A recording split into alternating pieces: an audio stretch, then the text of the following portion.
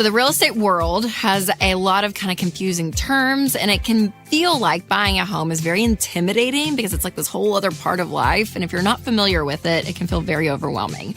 And so it's important to know these terms and understand how housing works before you get into it, because for a lot of people, this is one of the biggest financial decisions that they're going to make. And when you buy a home, usually it's the largest purchase you'll make in your lifetime. So today we're going to talk about the basics. And this is everything from what the principal means to interest to PMI. All of these terms we're going to talk about because when they're less mysterious, it's much more approachable when you go to buy a home. And before we jump in, be sure to like, subscribe, and share this episode with a friend.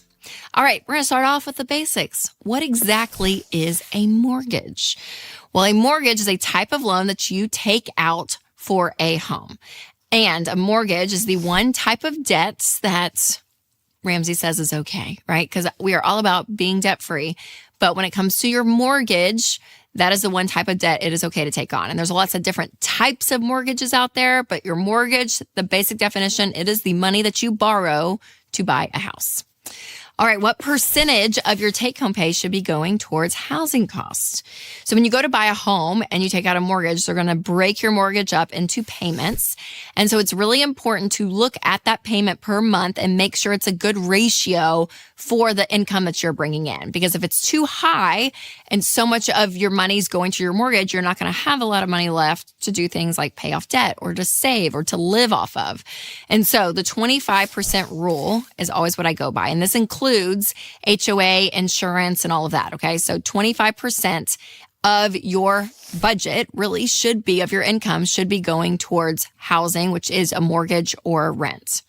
Another question we get a lot is, what kind of mortgage loan does Ramsey recommend? So we always want to do a 15-year fixed rate mortgage. So there's a lot of different types of mortgages out there. There's balloon mortgages, adjustable rate, all these different ones. But a fixed rate locks you into a rate that you know forever and ever, amen, that is your rate. And you can do a 15-year or a 30-year when it comes to fixed rate mortgages. And the 30-year is very, very common because your payment is less. You don't get as great of an interest rate, but you're spreading out those payments over 30 years. So it's much more digestible for a lot of people. But we recommend the 15. So cutting that 30 in half because I want you to get out of debt as quickly as possible. And so this really forces you into a rhythm of getting out of debt very quickly. So the 15-year fixed rate mortgage is what we recommend. How do you know when you're ready to buy a home? So when you're going to buy a home, you want to be financially in a good spot. This is one of the biggest mistakes people make is, maybe living paycheck to paycheck. They don't have a lot of wiggle room, and then they go and buy a home. And when you're a homeowner, it's very expensive. You have to pay for a lot of different things that you may not be thinking about versus when you're renting, the landlord covers a lot of those things. And so, you're ready to buy a home when you have all of your debt paid off. So all of your consumer debt is paid off. You are debt-free and you have a fully funded emergency fund. And that's going to be 3 to 6 months of expenses. So if you're starting out and maybe you're renting right now and you have some debt and you have no money saved, again, it may be a couple of years till you get into the home buying process, but when you don't have payments and when you have money saved in the bank and you go and buy a home, it is much less stressful process. And again, it gives you peace where your home is a blessing, not a curse. Now, once you have that fully funded emergency fund, you do want to save up for a down payment. So for first-time home buyers, saving 5% to put down for your home for a down payment is what we'd recommend. All right, before I tell you about specific costs included and not included in a mortgage, I want to tell you about our sponsor, Christian Healthcare Ministries. When you go against what society thinks is, quote, normal, it might feel weird at first, but that is okay because we want you to do things that are weird if that means you're doing things intentionally, including how you spend your healthcare dollars. And one way to be intentional is with Christian Healthcare Ministries. CHM isn't health insurance. They're a health cost-sharing ministry that's helped hundreds of thousands of families like yours take care of healthcare costs without sacrificing their freedom. Programs start as low as $98 a month, so find out more and join at chministries.org/budget. That's chministries.org/budget. All right, so what are all the costs that are included in a mortgage payment? So first is the principal. So the remaining balance that you owe on your home after the down payment. So let's say you bought a $350,000 house. Let's say you put 20% down, which is $70,000. Then you'd have $280,000 left on your principal to pay off over 15 years or if you took out a 30-year. So the principle is just that. It is the exact loan without interest, the exact loan that you have left to pay off. Then you add on interest, and interest is extra money that you pay to the bank for borrowing money from them to purchase your home. So there's different types of interest out there. We kind of mentioned this earlier.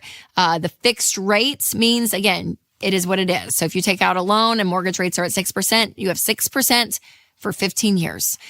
If you got in early in the market a few years ago, maybe your rate is like 3%, which is amazing. And it's a fixed rate. It's 3% regardless if rates go up.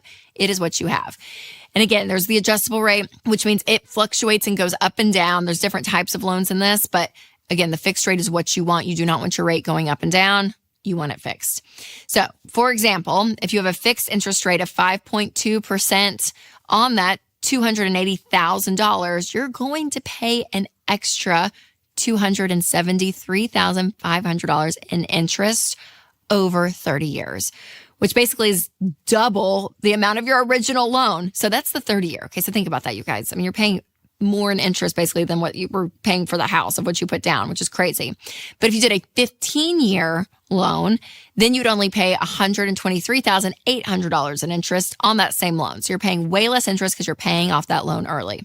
And if mortgage rates drop, you can always refinance your loan to get a lower monthly payment or shorten the life of your loan to pay it off faster. So a lot of people will do this, again, depending on what rates are doing. But if you get in now and let's say, your rate is 6-7%, then in maybe 5-6 years, it may drop back down. Who knows? So let's say it does to 3%. We'll just dream for a second.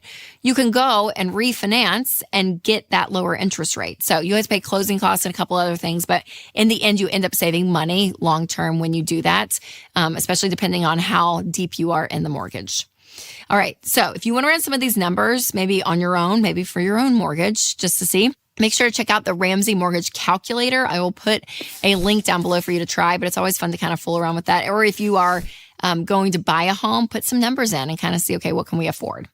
Now, you're also going to pay property taxes. So by law, land and buildings have to be reappraised every 6 years. So property taxes often change according to that timeline. So you have to pay taxes on the land. That is what it is. So you can do this. Usually it's wrapped up within your mortgage payments. But let's say you're on baby step 7 and you paid it off, then that property tax will come at another date. And usually you can just pay for that in full. There's also homeowners insurance that you're going to have to get. And it's common to bundle home and auto to include that again in your mortgage payments. Every single month, you can do that. There's also PMI, which is private mortgage insurance. And if you have less than 20% down for a down payment, you're going to pay PMI, which can run a couple $100 a month. I mean, depending on what your mortgage is. And so once you hit that 20% of the principal, then you don't have to pay that anymore. But this is basically insurance for the bank or for the mortgage company that you loaned the money from to make sure that they get their money. All right, here is what is not in a mortgage payment. Your HOA payment. So if you are part of an HOA, you're going to have to pay that extra. There's utilities. So think about water, gas, electric, cable and internet, maintenance costs, because that is some big ticket items if you don't take care of those. So be sure to prepare for all of these costs in addition to your mortgage payments when you're buying a home and you're using that calculator, because again, it is so understated that when you buy a home, you have a lot of other aspects that you're going to have to pay for. So it can be very, very expensive. That's why I want you in a good place financially when you do this. Now, if you want more mortgage hacks, make sure to check out my episode, Easy Ways to Pay Off Your Mortgage Early. You can click right there. Or if you're listening on podcast, click the link in the description. All right, you guys, remember to take control of your money and create a life you love.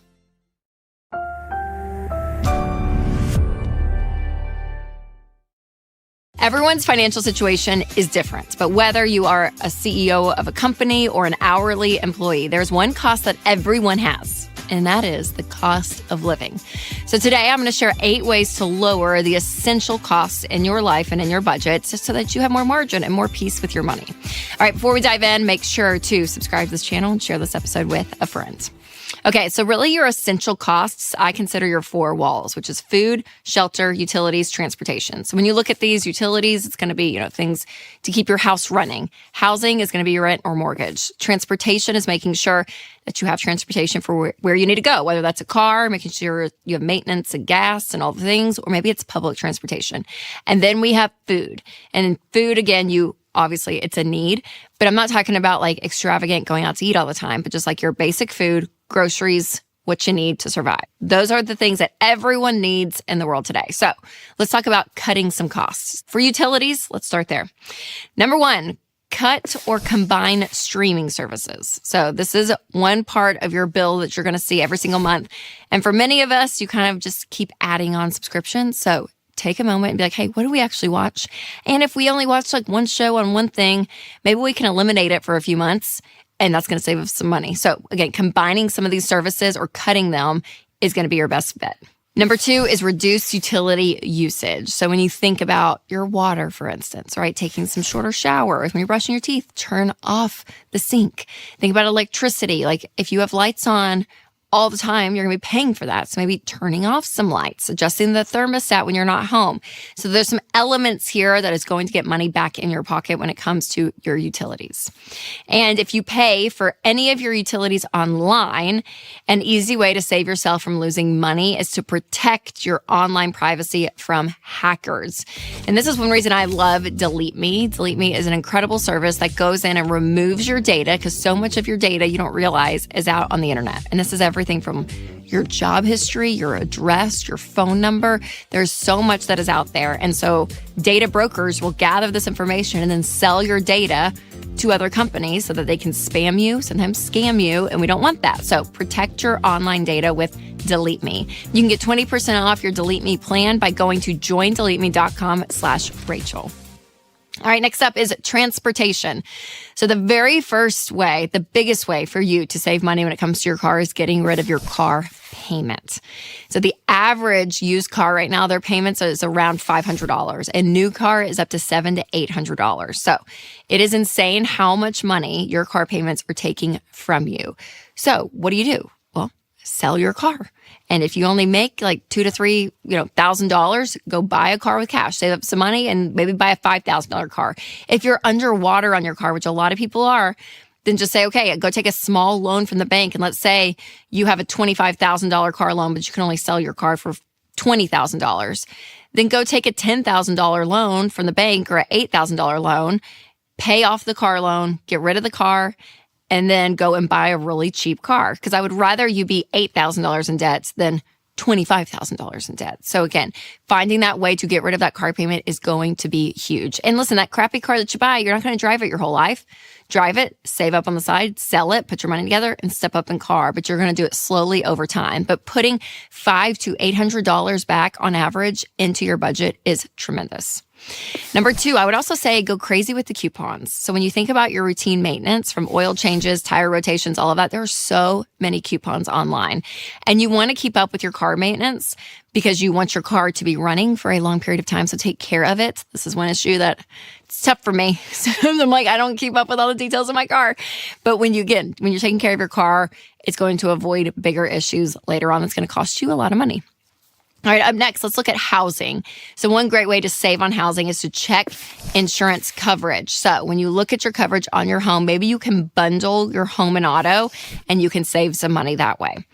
Also, when it comes to your home, a great way to save some money is to make an extra mortgage payment. This is a great way to save a lot of money. Now, this is for the long haul, but when you look at this, it's crazy. When you just make one extra payment a year, you guys, the math is insane. So to see how much you could save with your mortgage over time when it comes to interest and all of it, make sure to go to our mortgage payoff calculator. I'll put the link down below, but go check it out. Put in your numbers and just kind of mess around with it and say, okay, what if I did 13 payments a year or 14 or 15? And you'll see how much interest you save over time. It's a beautiful thing. All right, last but not least, let's talk about food. So a great way to save money in this category is cut eating out. And this is hard. This is a very hard one because it's so convenient. It is so easy, but we spend so much money going out to eat, especially if you go down to a restaurant, you sit there and it's a sit down experience. You're tipping on top of that. The food Again, it's great that it's made for you. It's wonderful, but you pay for it. And so you do end up saving so much more money when you eat at home. And this doesn't have to be forever, but if you are at a point that you need more margin in your budget, cut going out to eat for a month and see how much money you save. It's an incredible amount. And number 2 is to buy generic. So when you're going to the grocery store, a great way to save some money is to buy generic things. Buy the store brand of what you can. And mostly, we say it all the time, but it's true, a lot of these things are made in the same area, like even in the same factory. And so get a cheaper label because you're going to save money that way. Now, all of this means nothing if you're not budgeting the money that you're saving. So make sure to check out my episode on 4 ways you're ruining your budget without realizing it. That's coming up next. You can click right here to watch that. Or if you are listening on podcast, click the link below. All right, you guys, remember to take control of your money and create a life you love.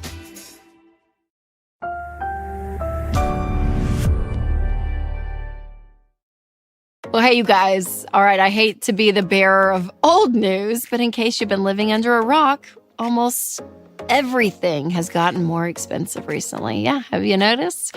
We've all caught a little bit of a break, specifically, with eggs and toilet paper, over the last year or two. But overall, inflation is still sticking around. And one area that this is majorly affecting is the cost of insurance. So everything from car insurance to health insurance to home insurance, the cost of these continue to increase, it seems like, by the day. And it is so frustrating. My sister, she went to go renew their homeowner's insurance. She was like, can you believe this? I mean, it's true. I mean, we're all seeing it. So today I'm going to give you a heads up on what to watch out for and talk through some solutions when it comes to this issue. And stick around because I'll be sharing 2 types of insurance that people tend to skip, but ones that you need. All right, first, I started thinking about this topic when someone called the Ramsey Show and they said they couldn't get their car covered by any insurance companies. And I was hosting the Ramsey Show with Dr. John Deloney that day. And we both were like, what? Really? Are you sure? We were like totally questioning the guy. And he was like, no, really, really. So then finally we looked it up after we got done with the call. And he was right. Like there's a specific model of a Kia that had a bad track record with safety features or part repairs. And basically, insurance companies refused to get involved because they didn't want to pay for the high risk and everything. And so, it was crazy. So then I knew, that was kind of going on. And then some other insurances were going up. So I was like, we just need to look at this and get the facts. So let's look at some recent stats just to wrap our head around all of this. According to the S&P Global Market Intelligence, insurance companies aim to raise home insurance premiums by more than 11% last year on average. And in addition to that, car insurance premiums are now starting to outpace inflation.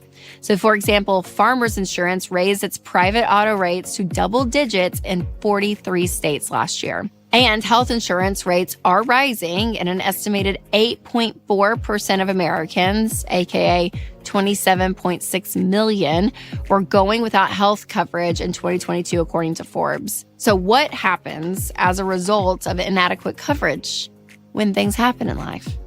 Debt. Debt ends up being the safety net for many people's situations. So whether it's health insurance, car insurance, all of it. And now medical debt is really common. And honestly, it is so sad. It's actually the number 1 cause of bankruptcy is medical debt. And you think about that, it's so sad. And we can't fix the health care situation in America through this video. But I think we can all say that it does suck that, in order to take care of ourselves, it costs a lot of money and you have to have adequate insurance to make sure that it's covered, because if that doesn't happen, then you are paying a premium out of pocket and it leaves a lot of people in financial distress, and it's really, really difficult. And so what I want to do, though, is talk through some practical solutions to this problem in a minute. But first, let's look at the why behind rising insurance rates as a whole. So there's a few reasons for this. Number 1, insurance execs claim that they're being forced to raise rates because that it's legitimately required because of the lifestyle norms of people today. The cost it takes to take care of things like your car being replaced or things going on in the healthcare industry. Because things are more expensive, they're having to charge more. Number 2, an increase in natural disasters over the last couple of years, along with the increase of population, has affected supply and demand. And number 3, the culprit that we can all agree on, inflation. So clearly this is a challenge for so many people, but we're feeling it even in insurance. Now listen, I am not here to invalidate the struggle because it is very real, but I do want to offer some solutions that help because I want you to be able to control what you can control. And sadly, we can't always control what the insurance companies are going to do, but we can control what we do with our money. Now, one of those things you can control is actually one of our sponsors, which is Christian Healthcare Ministries. CHM is a faith-based alternative to health insurance, and it makes healthcare more affordable and allows its members to share each other's healthcare costs. And it's as easy as 1, 2, 3. So step 1, choose the healthcare provider that you want. Step 2, submit your eligible bills. And step 3, get reimbursed. CHM members take care of your eligible medical bills. And with no networks and the freedom to choose your healthcare provider, CHM is the best option for Christians who want to take care of their families and help other believers. So to find out more, go to chministries.org/budget. All right, here are 3 things that I want you to do ASAP that are going to pay off big time. Number 1, ditch unnecessary coverage. So insurance is an important part of life, but there is coverages, you guys, you don't need. So things like whole life insurance, you need life insurance, but whole life is so expensive. Accidental death insurance, you don't need that. Mortgage protection insurance. Any insurance that is for kids, okay? So a lot of people try to sell like a whole life policy for your child or things like that. Gerber insurance, all of this stuff, you don't need that stuff. So when you take those things off the table, if you have them, that's going to save you some money. Number 2, be diligent in asking questions. So whether it's phone calls to your doctor's office or a quick meeting with your HR rep at work, asking questions specifically around the health insurance stuff can be really finicky, but really important because sometimes these insurance companies just bank on you not asking questions. They send you the bill and you just keep on moving. But we've heard so many stories of people that keep pushing and pushing and pushing, and they get their bill lowered because whether they found something in the fine print or there's errors or there's things going on.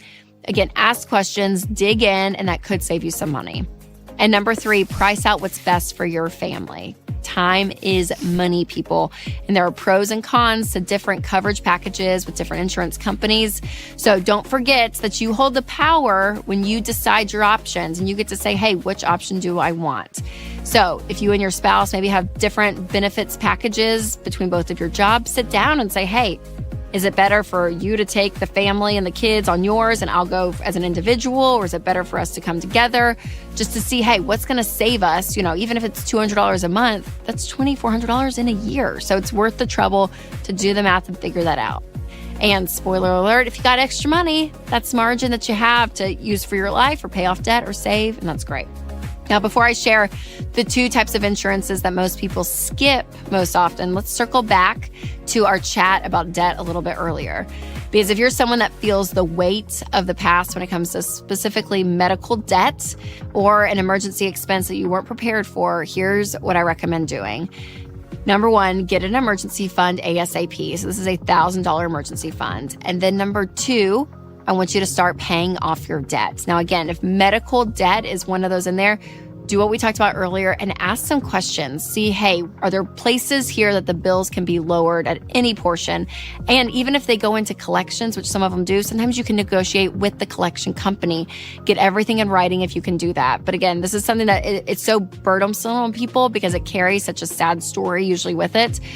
But here's the thing, if it's a mountain, you can take it a little bit at a time. And, you know, just as I see people with student loan debt in the 6 figures, but they pay it off, it takes a while, but they focus on it, they put extra money towards it, and they actually start to see it lower and lower and lower. That can happen with any type of debt, you guys. So again, having a plan puts you in control, which again, I think is so key, and it's just one step at a time. All right, you guys, the 2 insurances that you want to make sure that are in place. Number 1, if you are a renter, please get renter's insurance. It is very inexpensive. I mean, I've seen them as low as like $12, $20 a month. Okay, they're very inexpensive, but get it because if something happens, if there's a fire, you know, a natural disaster, whatever, and everything is gone, that's all your personal belongings, like making sure that all that's covered. And it's really inexpensive. It may not happen, but again, it's something to protect yourself. And then number 2, identity theft insurance. So this is a big one too. In our world, that is so digital, that our data is out there. There is so much going on, especially even that we pay online so much with stuff. Like, everything is out there, making sure that your identity is protected. And Xander Insurance is a great place to do this. And just to have somebody on your team that if it happens or when it happens, because I feel like identity theft is so common now, they take care of that for you, which is great. Now, you want to make sure that you're protected with all the insurances that you need. So I recommend using Ramsey's Insurance Checkup. I will leave a link below to make sure that you check that out and that you're covered in all the areas of life that you need to be covered. And for more clarity on what you should and shouldn't be wasting your money on, make sure to check out my episode with Minimal Mom on things that we will not spend money on in 2024. All right, you guys, remember to take control of your money and create a life you love.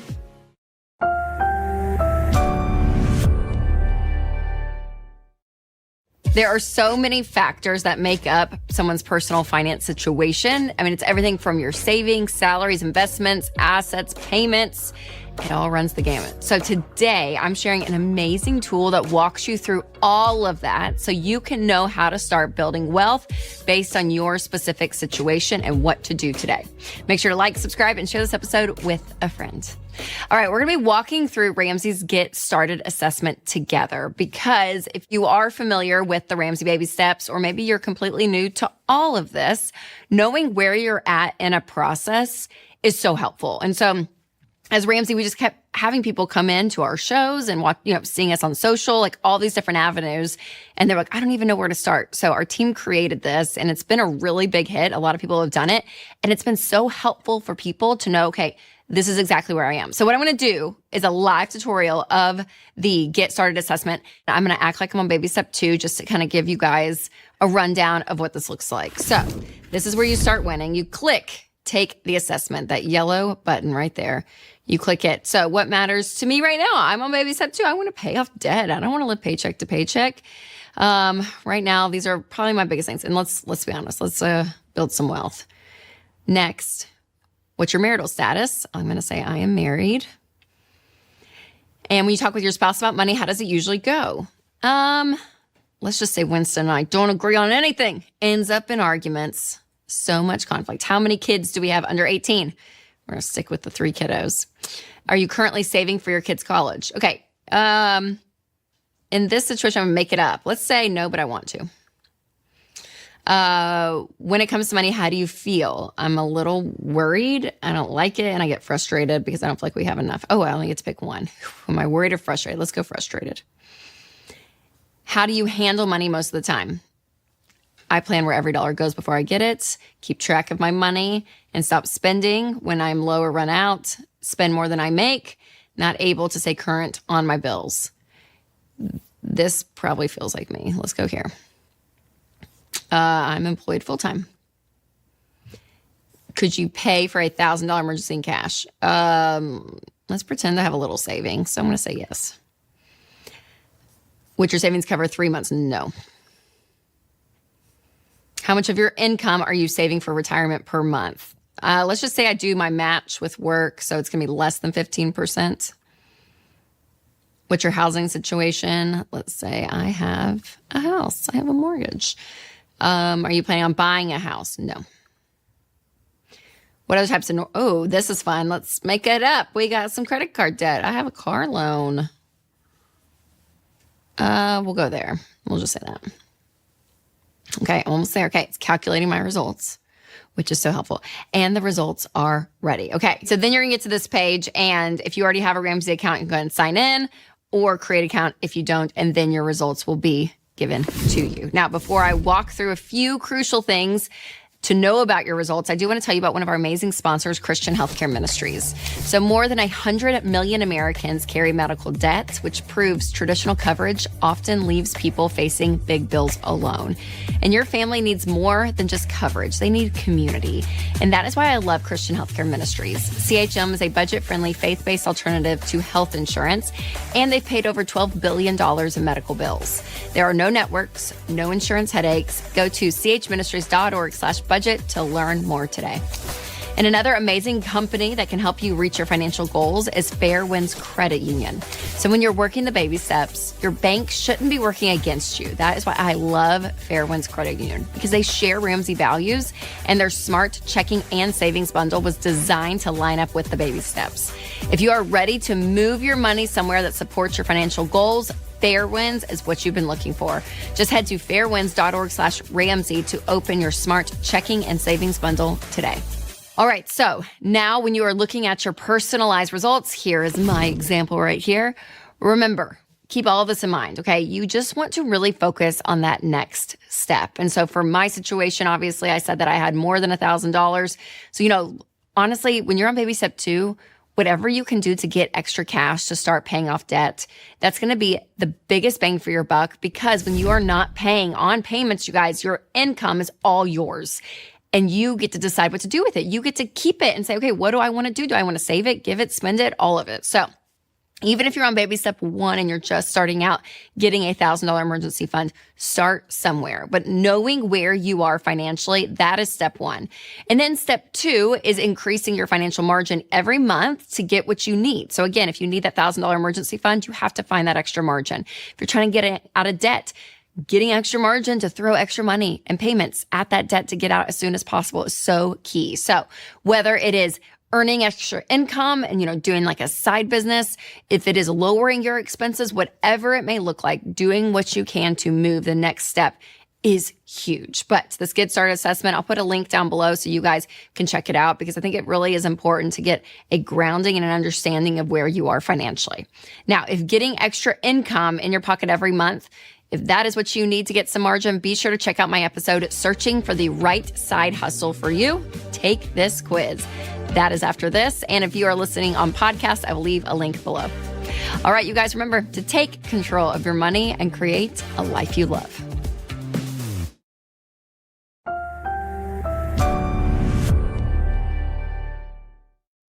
Well, hey, you guys. So I was recently thinking about a specific group of people that I hear on The Ramsey Show a lot, because we talk about retirement investing and how important it is, and how you need to be investing 15% of your income once you're debt-free and have a fully funded emergency fund. But I also really feel for people, because we get calls, with people in their 50s or their 60s, and they have not saved anything for retirement. And in 2024, people that are in their 50s, 60s, that's either a boomer or even Gen X. So today, I'm talking specifically to Gen X out there and those above, so you boomers as well. But to figure out, hey, is it still possible for you to retire? Because the truth is, it is, but it may look a little different than what you think. And this also would apply if you are at the point where you're not investing yet for retirement, and maybe you are a millennial or even a Gen Zer out there. But I think it's important to understand, hey, this is what the future looks like, and you could learn a lot from that. So be sure, you guys, to hit that subscribe button, though, before we jump in, if you want to hear more content like this. All right, step 1, if you are a Gen Xer or a baby boomer when it comes to retirement, is knowing what your current situation looks like. And I think this idea of retirement, if you don't feel like you have enough, can be really scary. And what happens is fear can just magnify so much in our heads. So getting actual numbers down is really, really important. And some people don't even know. They're like, I think I have this in my 401k. I don't even know if I have a Roth IRA. I think I funded it a few years ago, but I'm not sure. Like, getting all of your numbers is really key. And then plugging them in somewhere to at least get this overall view of when it comes to your numbers and your situation. And one of the best ways to do that is with an investment calculator. And I always use the Ramsey calculator because, again, it's obviously very accurate, but I think it's easy to change up some of these numbers to get some hypothetical situations. So for instance, let's just say you're 60 years old and you're making $70,000 a year. And if you invested 15% of your income, that's $875 a month for the next 10 years with a 10% rate of return. Then you'll have about $180,000 in retirement. Now, if you increase your retirement age to 72 and raise your contributions by 5%, you'll have more like $322,000 saved, which, again, you want to retire as soon as possible. So is that a great retirement age, 72? No, but also people are doing it to get more money in their retirement, which is really, really important. So is it possible to retire later? Yes, it is. Now, here's another example. Let's say you're 52 and you and your spouse have recently become empty nesters, and combined, you make $100,000 a year. If you have nothing saved for retirement, but maybe you have a paid off home and you're in good health and you both have accepted, we'll probably work later into our 60s. And you get to this point that you're like, okay, let's invest $1,500 a month for the next 15 years at 10% rate of return. Well, that means you would have $622,000 at the age of 67. And then if you work till 70, you'd have just over $900,000. Again, in this hypothetical situation, also a paid off home. So you put all that together as your assets and you're a net worth millionaire, which is awesome. So if you get the idea of kind of taking inventory of your current situation and playing around with the numbers, you can actually kind of get to this place of facts and not emotion to help you better plan. All right, step 2 for my Gen Xers is to get yourself in a position where you can actually invest. So it's hard to do 15% of your income, again, when you have a lot of debt payments, you don't have money saved and all of that. So getting yourself with a firm financial foundation is not only going to help you long-term when it comes to retirement, but it's going to help you more in the present. So getting out of debt is so important. So I would actually, some people would yell at me for this, pause investing in order to pay off your debt faster. And people are getting out of debt in 18 to 24 months using the debt snowball method, where you pay off the smallest debt first and work your way up. And then once that's paid off, get an emergency fund in place of 3 to 6 months of expenses. So all of that is really, really key, again, to have that strong foundation so then you can put even more towards retirement. All right, step 3 is to remember that the 15% rule will catch you up over time if you pause investing to tackle getting out of debt and getting an emergency fund in place. Because the truth is, some people just match up to their 401k. So they're like, oh yeah, I'm just, investing 4% or 5% or 6%. So 15% is crushing it, you guys. So putting that much towards it is going to help you in the future. All right, step 4 is to shift your expectations. So again, if you are a Gen Xer or a boomer and you are behind and you don't have a lot of money saved for retirement, number 1, just remember, it is never too late, okay? You can do this. You have to start where you are. And again, putting some of these rules in place is going to help you get there faster. But the truth is that the expectations of, I'm going to just retire at 59 and a half may not be realistic, and that's okay. And I think that's life too. I think there's, harder expectations that we have to lower in life. So whether it's like the type of house that you're wanting to buy, or even when it comes to getting married or having kids, like there are things in life that happen and you're like, man, I could have made different decisions, but I'm not going to just sit there and wallow in the past. What am I going to do today? And so shifting those expectations is a part of life. And the truth is, if you don't have a lot saved right now and you are in your 50s or 60s, that expectation of how much you'll have and even the age you retire may have to shift a little, those expectations, but that doesn't mean that you can't retire. I really, really believe when you get strategic about this, you can do it. And then step 5, part of that strategy is sitting down with a professional. So again, working with somebody that, again, has your overall financial picture. And this is, everything from Social Security, if you have a pension, a family inheritance, house value, estate planning, taxes. I mean, there's so much that an actual professional, an investment professional can sit down, run some scenarios, run numbers. And what's really key about these people is a lot of them don't even really get into the nitty gritty of the specific fund. You can have your overall strategy, which is key, but they're looking at you as the whole person. And so having someone with that high level visual of your financial situation is really, really wise. And so if you're looking for someone, make sure to check out SmartVestor Pro. I can leave a link in the description to find a professional in your area that you can sit down with, because again, sitting down with somebody that knows what they're doing in this area is so, so key. Okay, so is it possible for older generations to retire? Yes, it is. And again, it may take some unique strategy, but it's never too late. So leave this video with a lot of hope, you Gen Xers and your boomers out there, because it is possible. And just to know, the biggest turnaround that you're going to have in your financial situation is up to you. It is you. You're the one that's going to change the course of your future financially from this day forward, and you can do this. All right, if you found that this episode helpful, make sure to share it with a friend or a relative who may need help in this area. And if you want to dive deeper into investing, make sure to check out my episode, Investing for Total Beginners, by clicking here or using the link in the show notes if you are listening on podcast. All right, you guys, remember to take control of your money and create a life you love.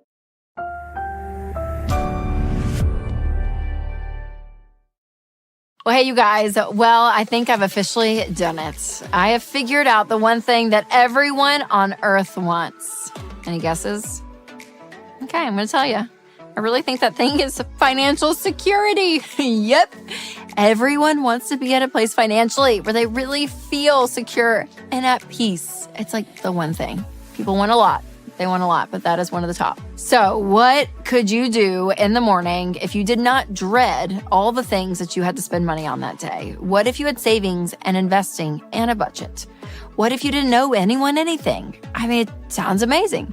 Well, today I want to talk to you about 5 proven ways that you can actually achieve financial security. So whether you're drowning in debt or you're lost when it comes to investing, no matter what your current financial status is, you can get to a place of financial peace and stability by doing these 5 things. Let's first define what financial security is, because like I said, everyone can agree that it sounds great, but what does that mean? Well, financial security is where you're able to afford your expenses each month while also investing in retirement and having money saved for unexpected emergencies and having some money just to spend. So to break it down for you, it's budgeting, saving, and investing. Or if you want to think about it as a state of mind, it's having the confidence that you can stay afloat financially when unexpected things happen. So why is this important? Because the truth is, unexpected things are going to happen. And life is meant to be enjoyed, not being stressed out all the time. But how can you dream and plan for the things that you want out of life if you're constantly crippled by payments month to month and living paycheck to paycheck? Well, here are where the 5 steps come in. So the first step to achieve financial security is to live on less than you make. So there are 2 aspects that go into this. One is more of a mindset, and then one is actually a habit that you need to build. So first, seek out that mindset of contentment.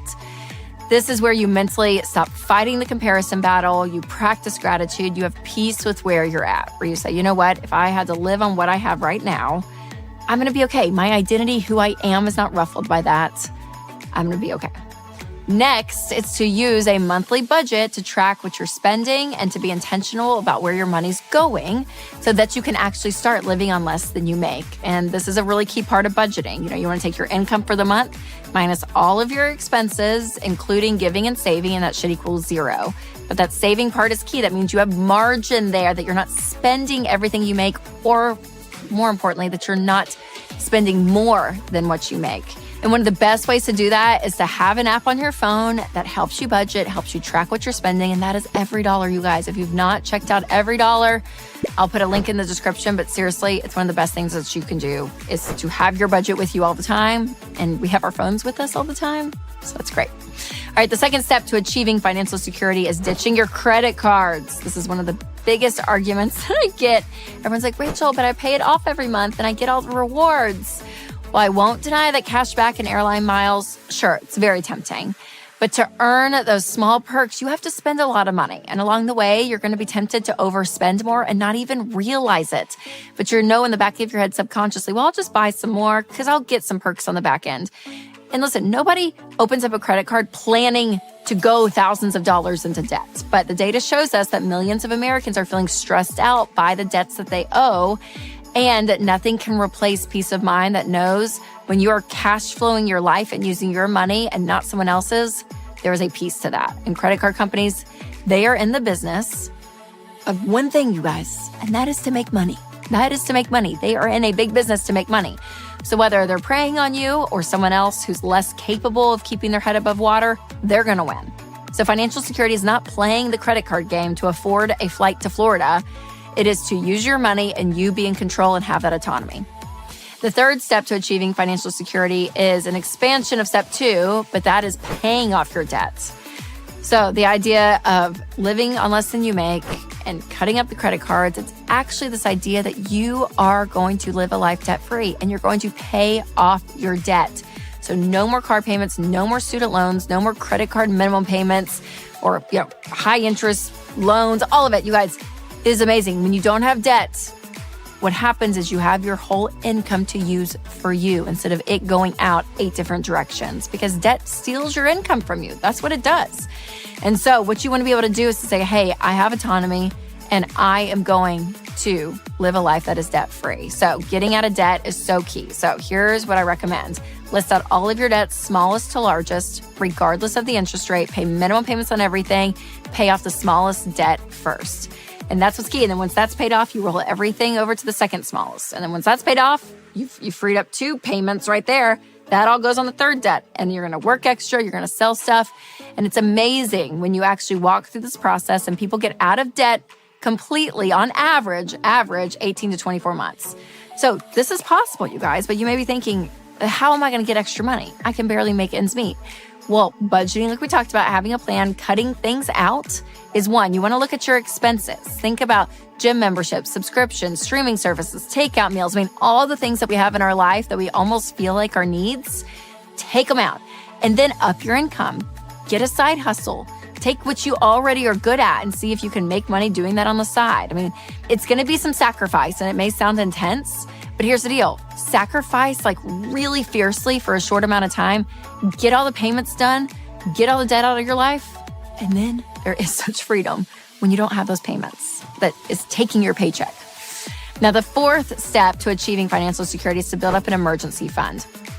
So if you don't have a safety net when an emergency pops up, then you are going to be tempted to take it on a credit card, right?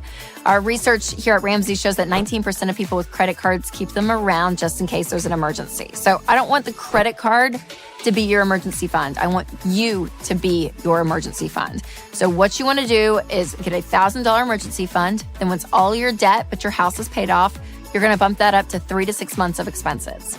And you can keep this in a money market account or a high yield savings account. So next time something happens, like your refrigerator breaks or a family member needs medical care or your hot water heater breaks, you have cash in the bank just to use. So you're not depending on debt. You're using your life. So there's no stress, no drama. It's there. And the fifth step to achieve financial security is investing 15% of your income into retirement. So let's do some math really quick. Let's say you start investing 15% of a $55,000 salary into good mutual funds with an 11% return at the age of 30. You'll have over $3.3 million in retirement at 65. Or even if you start a little bit later, you can build wealth successfully. You know, investing 15% of a $65,000 salary from 40 to 65 at 11% return is just over $1 million. So of course, 15% is the starting point, but once your house gets paid off, then you're able to have even more to invest, which is great. And remember, your income is going to go up over time. So that 15% will be more and more money over time. Now, where should you invest your money? Well, the best place to invest is to be looking at retirement first and foremost. So things like a 401k or a Roth IRA. And with those accounts, you're going to put money in those accounts, and then you want to invest in actual mutual funds within those accounts. Now, I always recommend working with an investment professional to get you started on this progress because it really is important to have a pro on your side. So I will leave a link for you to connect with a pro so they can help you out. And if you're interested in learning more about financial security, make sure to check out Financial Peace University. This is an amazing course, you guys, to be able to get you the basics when it comes to your money. Now, if this all sounds great, but you're currently in the middle of a financial crisis, I have an episode about how to survive those circumstances. So check that out next. All right, you guys, good luck. You can do this. You can find financial peace, I promise. So remember to take control of your money and create a life you love.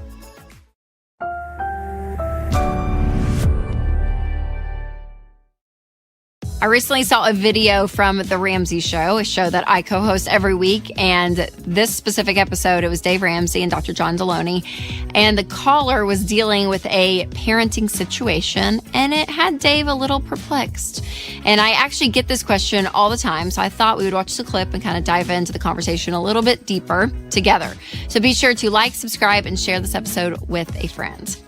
All right, here is the clip that I saw. I'm just wondering if there is any way or hope to get an 18-year-old to budget when they are surrounded by wealth and not limited by regular constraints. They have no debt. They're not paying for college. They're not paying for cars. Who's 18-year-old? My 18-year-old.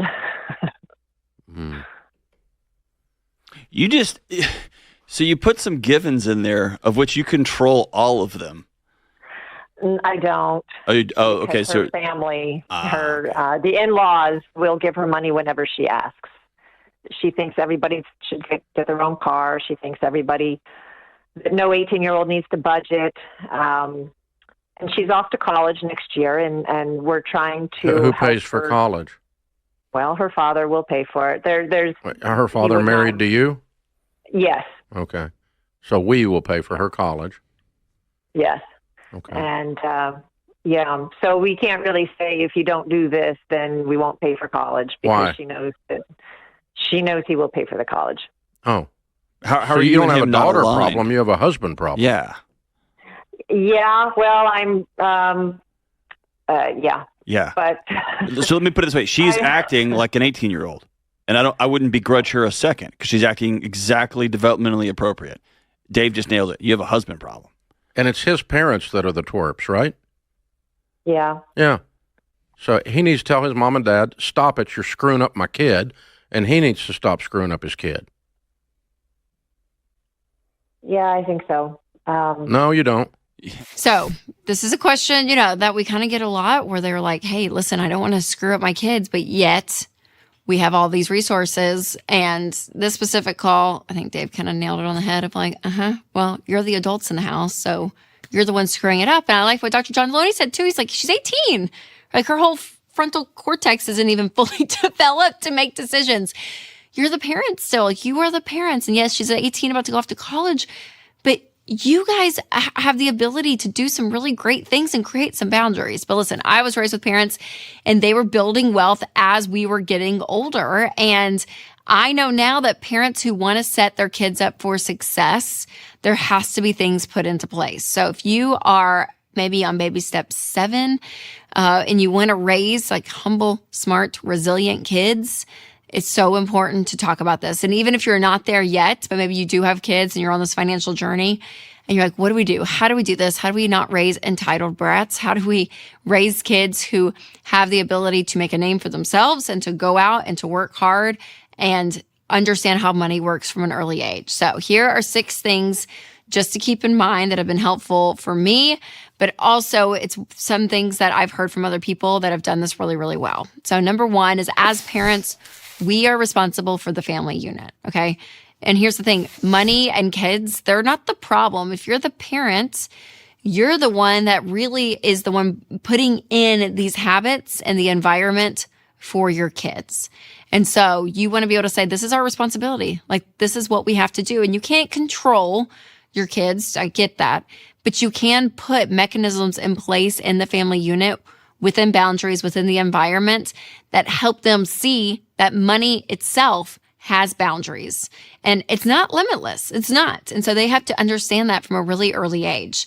Now, if you are trying to take control of your family's finances and money habits, EveryDollar is a great budgeting app that you can make sure to check out. But understanding that it has limits, it has boundaries, money does. Your kids need to know that. Number 2, kids should have consequences when they don't meet expectations. So regardless of your level of wealth, regardless of whether, you decide of what you're going to give your kids, what you're not, your kids have to create some responsibilities that are going to force them to take ownership of something. And so regardless of what the details are, they need to realize that every action they have has consequences, because this prepares them for the real world. And so there is this idea of, you work, you get paid, you don't work, you don't get paid. Like, something simple like that on a commission system for your kids is great. And when you give your kids responsibility, it actually gives them a level of self-worth. When they actually complete something, they know that they can contribute. And that is a really powerful thing when they go out into the real world, knowing that their contribution and what they give to the world and to their families is really important. Number 3 is to remind your kids that other people are always going to have and do things that you don't. Again, back to this limit idea. Like, we are not going to go and look and do exactly what other families in our lives do. We're not. Like, that's just the reality. There will always be people that have more money, more time, more energy, all the things in their lives. Things have limits. These parts of our lives have limits. And this is not a scarcity mentality. This is just a reality. And so I say this to our kids a lot. Like, well, so-and-so has this and this. And I'm like, guys, for the rest of your life, there's going to be somebody.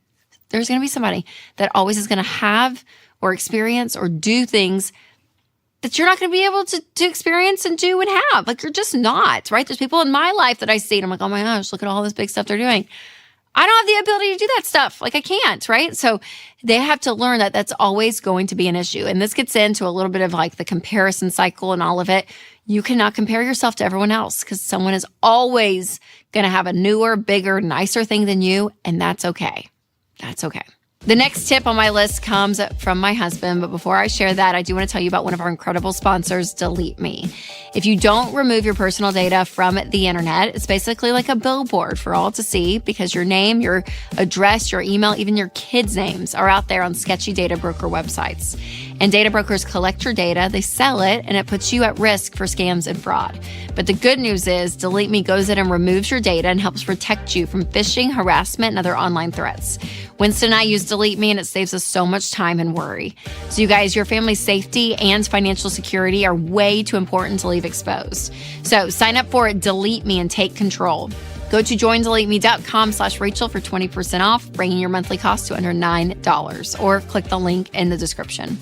All right, number 4 is to create and maintain a baseline. This is something that Winston always says, because I do worry about this. I'm always like, oh my gosh, our kids, like, are they going to be okay?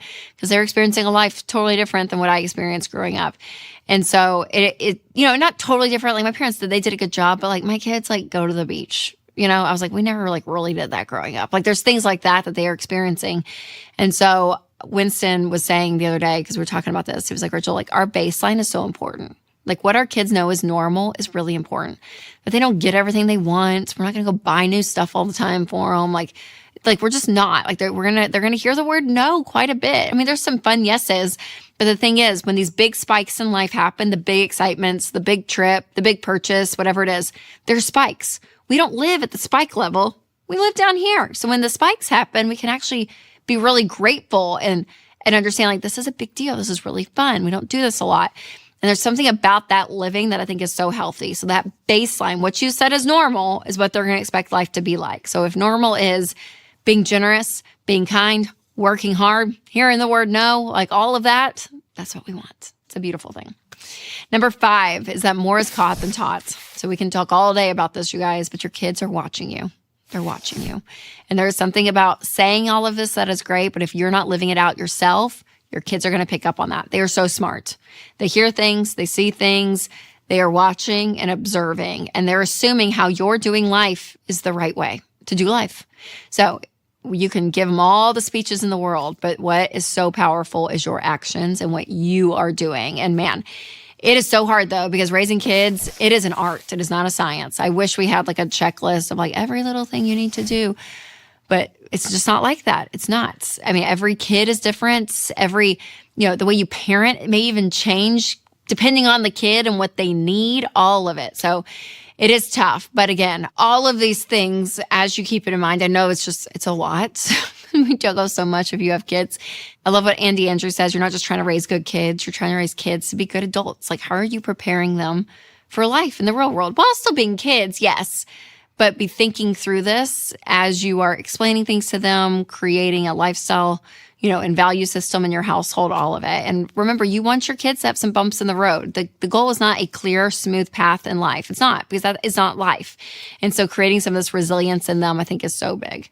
Now, I happen to agree with Dad on this call, but there are some times that I disagree with my dad. So check out the episode 2 times that I've disagreed with Dave Ramsey. You can click here to watch it, or if you're listening on podcast, click the link below. All right, you guys, remember to take control of your money and create a life you love.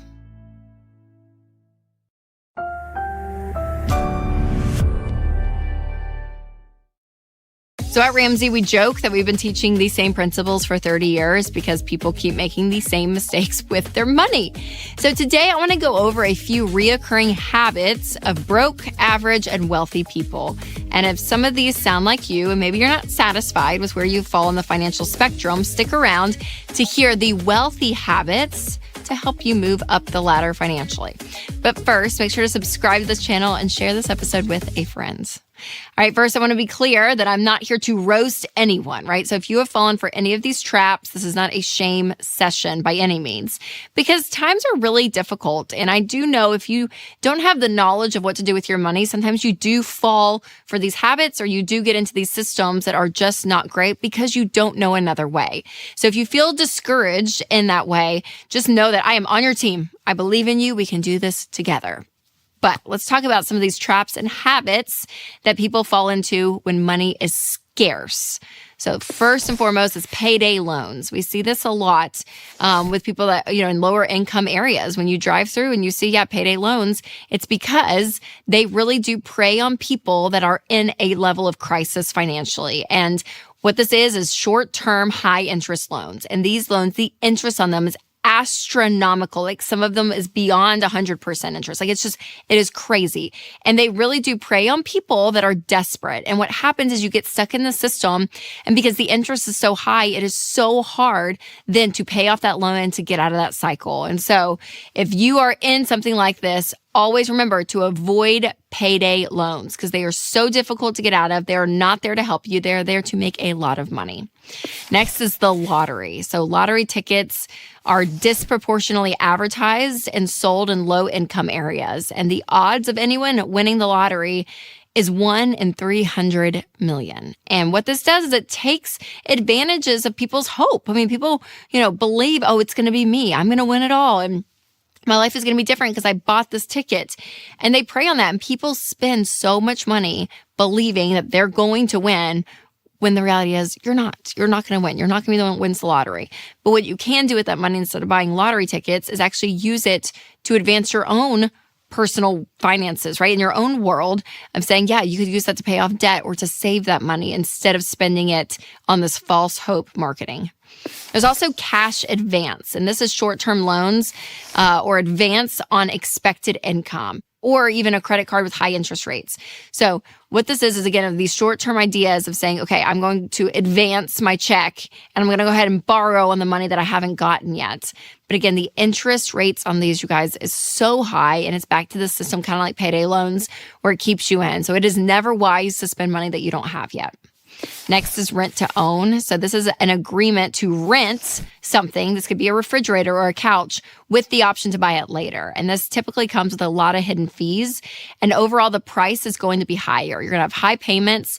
And what you end up spending at the end of all of this, even if you end up buying it, you're going to spend more doing it this way than just saving up and buying something the traditional way.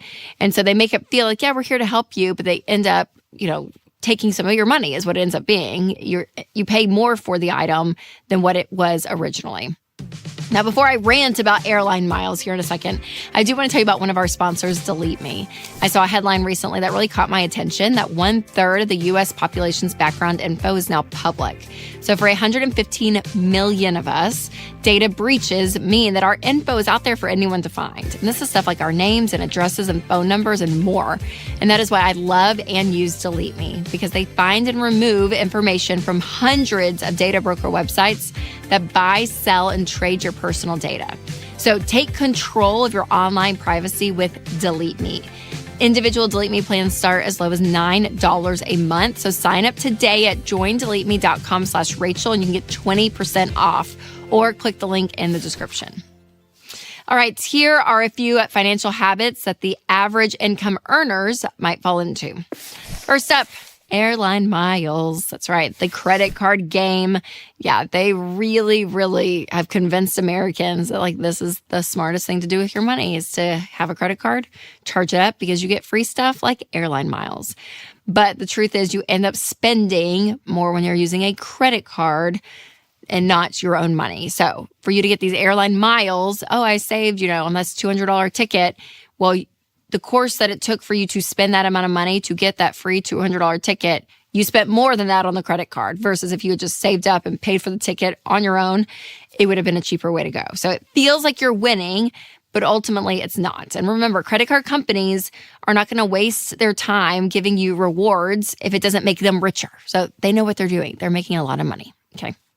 Next is car loans, especially when it comes to new cars and leasing a car. So driving a brand new car and taking a loan out on that is something that across the board, people in the personal finance industry say it is not a smart move because a car goes down in value. And when you spend money and you have a loan and you're paying interest on something that's going down in value, it is not a smart, quote unquote, investment. It's not an investment, but it's not a smart purchase. And so brand new cars overall, or even leasing, which is a more expensive way to finance a vehicle, it's not a smart system to be in. And again, a lot of people get into the cycle that they, get a car, get the loan, once the loan's paid off, and they go get another car. And they just keep going back and forth, keeping with loans for their entire life. And so a car loan can be anywhere from $400 all the way up to $800-$900 a month. So it is not a wise thing to do financially. So get out of that whole system. So if you're drowning in payments, sell that car.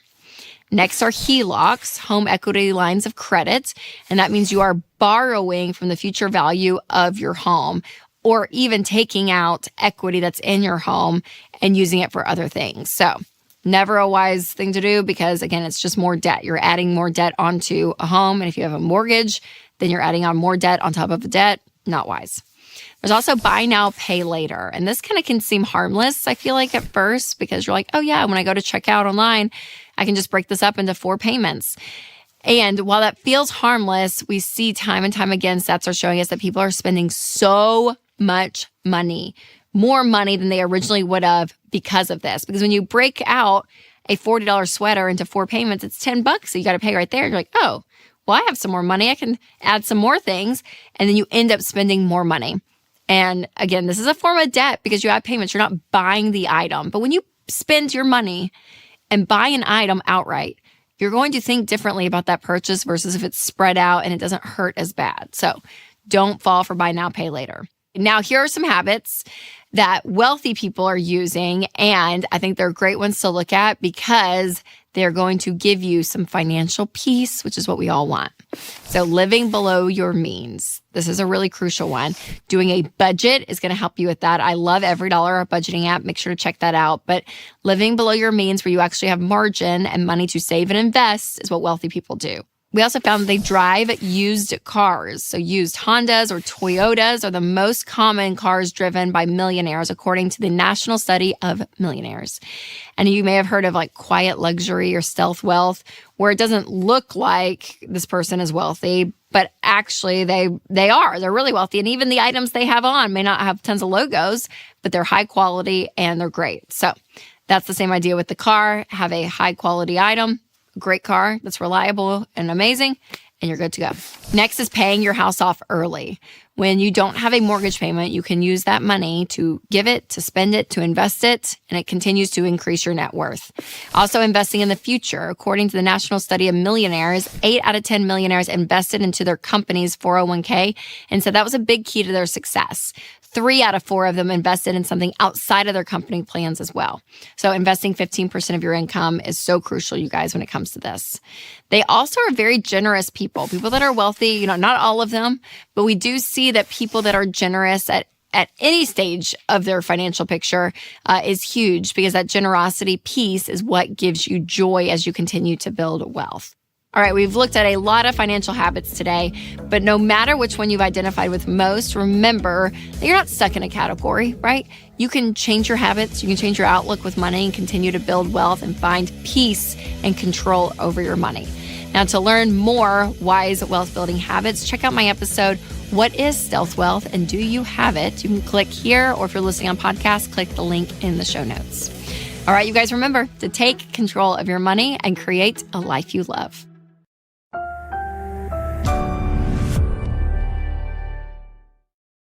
Well, hey, you guys. So one thing about me, I believe 2 things can be true at the same time. Do I believe that you can have the power to build wealth by following a plan and making intentional choices? Yes. Do I believe in listening to expert advice to guide you through certain parts of the process? Also, yes. So even though money can feel very personal and private for a lot of people, the truth is that a financial advisor is a must, especially when it comes to investing. So today I want to talk about that and share 5 reasons why you should never handle your finances alone. A lot of people assume that this service is only for the extremely wealthy people, that's what they need. But the truth is, it's wise to get a coach or somebody in your corner at any stage of your financial journey. We've already done the work to find someone that you can trust, but technically there is a right and a wrong time to invest. So stay tuned till the end so you can hear my thoughts on that. But first, let's make sure we're all on the same page when it comes to what a financial advisor is. The term financial advisor isn't an official title or degree. It's just the name of people who offer some kind of service to those seeking guidance with their personal finances. So a few examples of this is a CPA, a certified public accountant, an RIA, a registered investment advisor, a CFP, a certified financial planner, a PFS, a personal finance specialist. And all of those abbreviations can kind of get confusing, but it's encouraging to me to know there are experts out there who are talking about money. They're being educated on it. They got to take a lot of tests and all this smart stuff. So listen, they know what they're doing. But my favorite way to find a trustworthy advisor is through SmartVestor Pro. So I will leave a link for you to get connected with a professional in your area down below. Now let's talk about 5 key reasons why you need to work with a pro. Number 1, financial advisors keep you on track with your investing plan. So in short, financial advisors are constantly asking the important questions that you may not even think to ask. And beyond that, they will know the specific answers and the specific numbers for your situation. So for example, they may have insider information in how much money that you need to have saved for retirement, or how you can make up for lost time if you're investing late. Should you change your investment portfolio as you get older and you're making more money? How do you go about making some of these changes? What are the tax implications? What happens if you sell a property? I mean, the list goes on and on and on.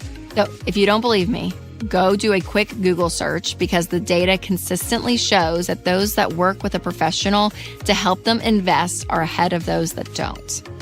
All right, number 2, financial advisors do more than just invest your money for you. So there is a broad list of things that a financial professional will do for you and help you think about. This is everything from rebalancing your investments, tax planning, estate planning, long-term care planning, spending strategies after retirement, legal restrictions that affect all of the things that we just mentioned.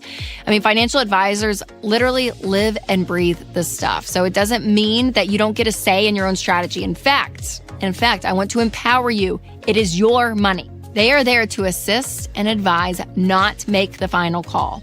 So just because you're a financial professional said, oh yeah, you need to do this, I want you to understand why. And if you don't feel good about it, don't do it, okay?